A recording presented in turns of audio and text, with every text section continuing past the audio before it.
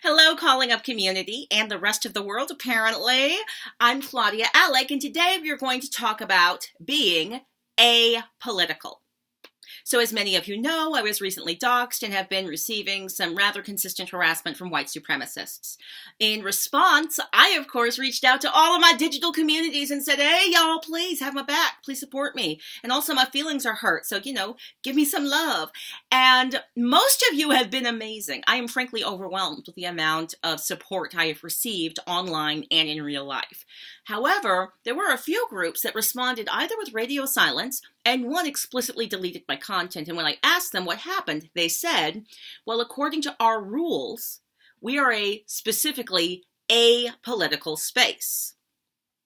Which raised in me the gigantic question of, how is what I just shared with you political? I just said, I am a personal member of your artistic community. We're friends. And I am being attacked by white supremacists. Can you help and support me? That's political?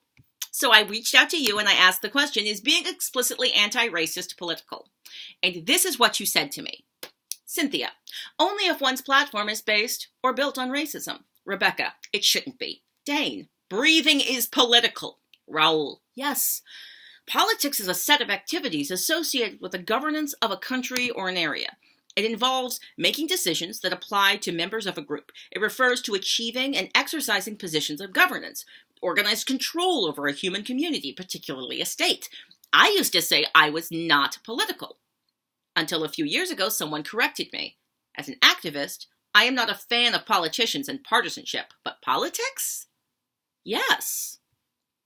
Nikki, yes! In response to Raul. Maha. Yes, I am wary of joining any smaller organizations that say things like, we are about community, not politics, because inevitably that means some bullshit is coming down the line where it comes to needing to take a stance, especially an anti-racist one. I'm also skeptical of any of this in any Middle Eastern spaces. It is usually code for please don't talk about Palestine. So to me, being anti-racist is political. Tommy, not at all. It's called being a decent, respectful human that doesn't tolerate bigotry in any form. Bridget. Yes, because our national politics are built so much on racism and protecting racists. Angela. Everything is political. Maya. Yes, even though human rights should be apolitical. Amy. Nope, it's being real, loving, taking a humanitarian stand. Paul. Can be, in the right circumstances. Mongazy. No! Melissa. Yes. Susan. Wow, cool responses, but whatever is not being explicitly anti-racist even possible, stand up. Diane, ethical. Franchelle, there was a time when it just meant compassion. Robert, political? Yes. Partisan? Absolutely not. Anti-racism is a principle-centered stance in support of the health and oneness of humanity and against hate and division. Then, 2 hours later, in other words, it is literally partisan to support divisiveness, which racism is, and unifying and inclusive to be anti-racism. Anna, yes, and it is powerful. Jerry, shouldn't be, but in this environment, it is not only political, but partisan. Me. I've just been told that my post to a social media space I belong to has been deleted because they are apolitical, and I am deeply bothered by it. I appreciate your responses. Helpful. Reply back to me. This is clearly a case of if you are neutral in situations of injustice, you have chosen the side of the oppressor.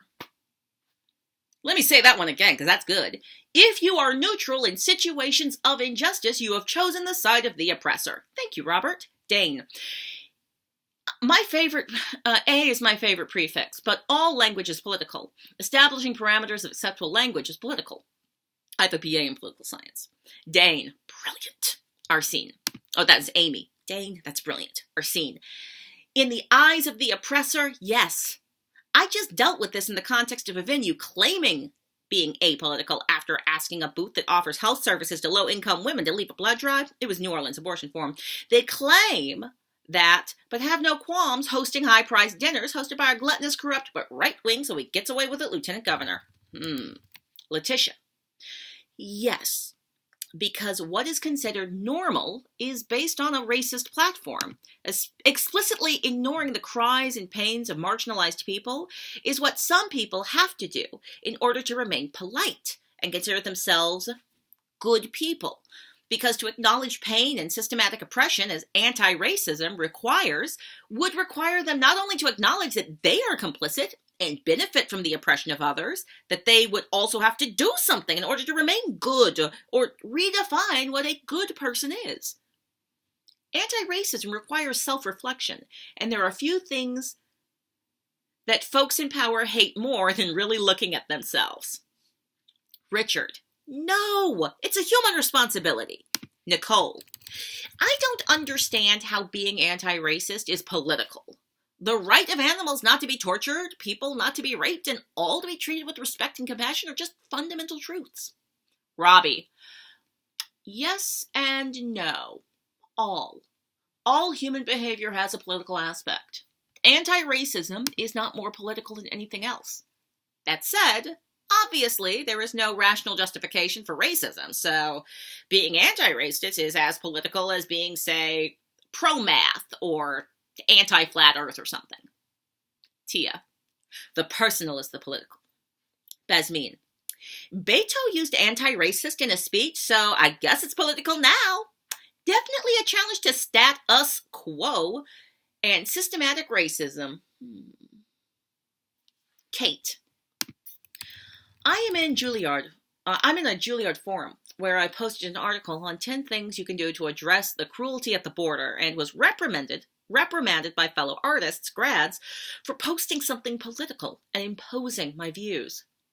I think only right-wingers want to shut down conversation about racism or injustice towards migrants, etc., or even gun reform. Discourse is discouraged, and this is alarming to me. Michael.